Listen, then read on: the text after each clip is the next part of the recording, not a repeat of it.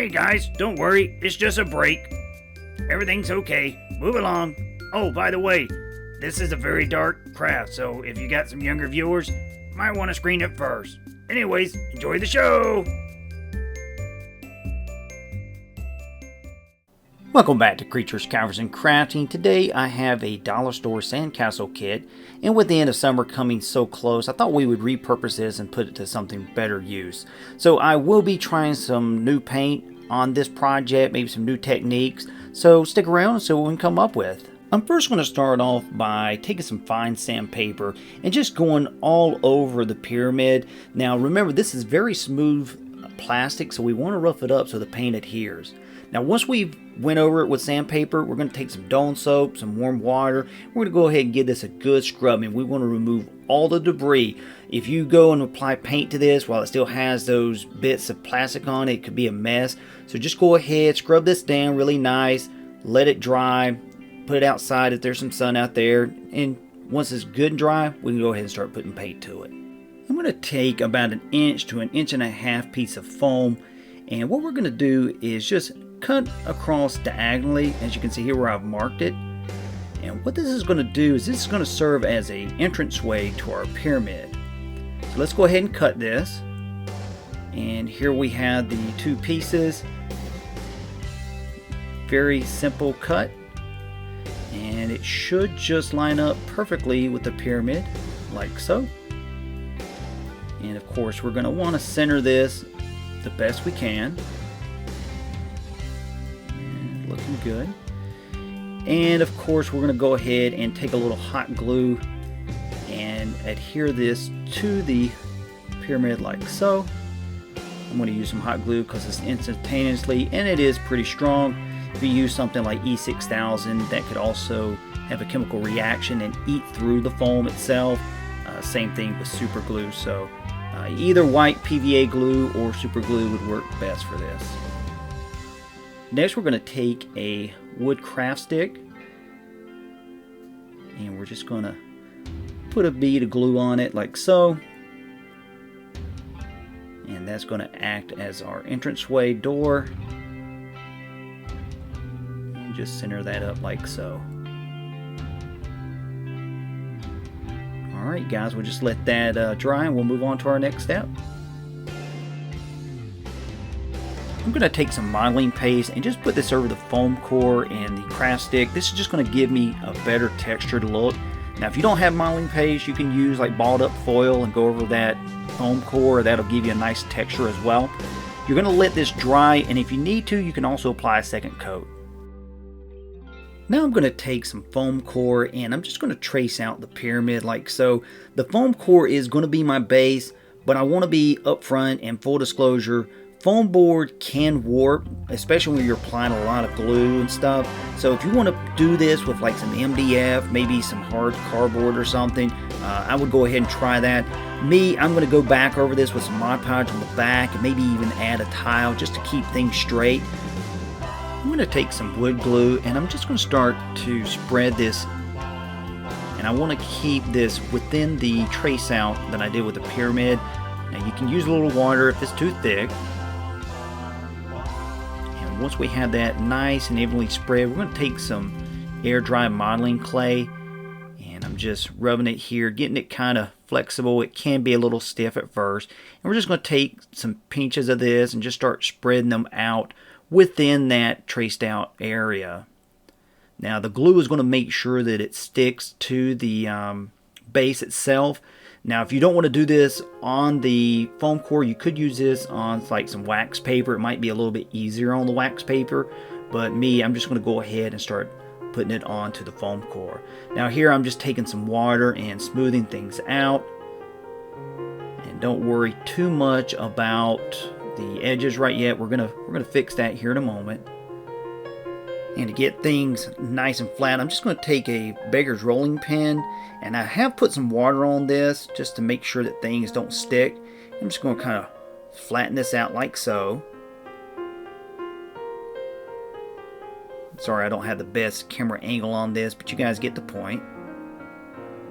And you don't have to go really heavy on this. I'm not straining down on it. I'm just kind of letting the roller do its work. Now we see we have all these uneven edges.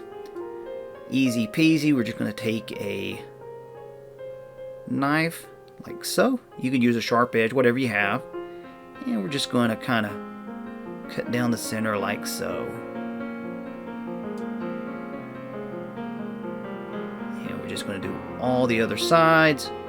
And you want to try to make this as straight as you can, but don't worry if you get a little off, not a problem.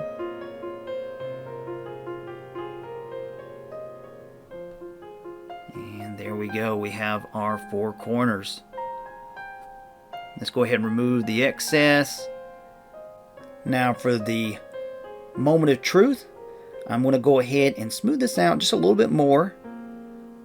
And I'm going to take this textured rolling pin. This is by Green Stuff World. This is the cobblestone texture pen. Now you can make your own texture pen if you want. There are some videos on that. But what we're going to do is just kind of line this up. And we're just going to press down like so.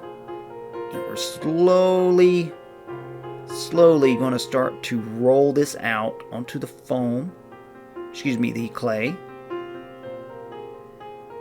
And we should get a very nice textured look after we're done with this. It's looking awesome.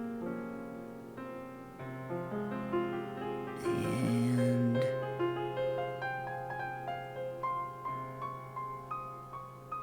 there we go. Now as you can see, I do have a little excess there. Not a problem.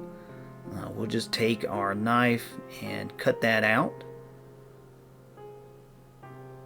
And again guys, you could use some wax paper on this and then just lift it off the wax paper and put it directly onto the foam core. So you might not have as much waste as I do, especially when this stuff gets in with the wood glue. You can't reuse it. So just keep that in mind. I'm being a little wasteful on this. So next up, I'm going to take a stick down floor tile. And as I stated before, when you're working with foam core, you can get like some curling. And what I'm going to do is I'm just going to put this down to the sticky side of that tile. I'm going to use a little bit of wood glue and I'm just going to put some weight on it. We're going to wait maybe a couple of hours and let this just set. Again, I'm going to use a little weight on it. And you can avoid this entire step if you go with something like MDF or you use something a little bit more rugged than foam core. So now, next on the menu will be some spaghetti. I'm just kidding guys. I'm actually going to copy a crafting project by Landvaettr. I'm going to be posting his channel. All credit goes to his channel for this. It's a really awesome way to make bone piles. But basically we're just going to cut these pasta strips into small bits, and you can do them in varying sizes. And I'm just going to take these dollar store skeletons, and what I want to do is just start chopping these up. You can get these right around Halloween for $1, of course, maybe plus taxes, and they go really well for a lot of crafting projects, so I highly recommend that you pick these up. Anyways, we're going to mix these up into the pasta bits. And we're going to go ahead and apply some glue down onto the base. We'll go ahead and sprinkle those on and build several bone piles around our base. So guys, I had to take kind of a break. I had some construction work going on next door. There's several houses being built in my neighborhood, so apologies if this video is late, but this is kind of what I'm working with now. So now that the construction crew has went home for the day, I'm going to start off by taking some PVA and water, and what I want to do is just spray down the entire base, but I want to keep the clay dry, so I'm just going to use this piece of cardboard and I'm just going to saturate the entire base. It's okay if you get those bone piles, it's not going to do anything, but add a little bit more adhesion, so go ahead and spray them if you like to. And we're just going to go around all the sides here. And now we're just going to take some fine turf and start spreading that around. If you don't have this, you could probably use like maybe playground sand if you want. And of course, we're also going to use some medium turf. Go ahead and start spreading that around. You could use maybe kitty litter if you don't have that. I wouldn't use any super absorbent stuff. Maybe some cheaper kitty litter would work. Or you go buy some. We're going to do the entire base like this, guys.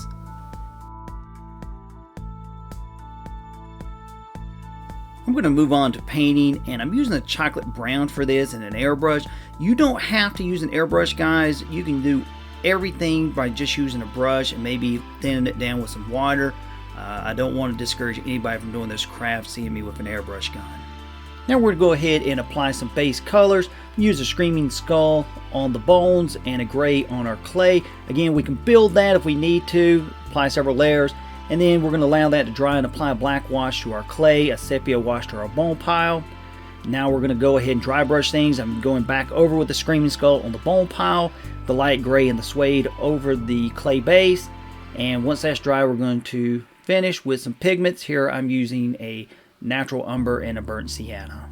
With our base done, we're going to go ahead and move on to painting our pyramid. I'm just going to use some craft black paint for this. Remember, guys, you can apply this thin and apply several coats if you need to. Just allow it to dry.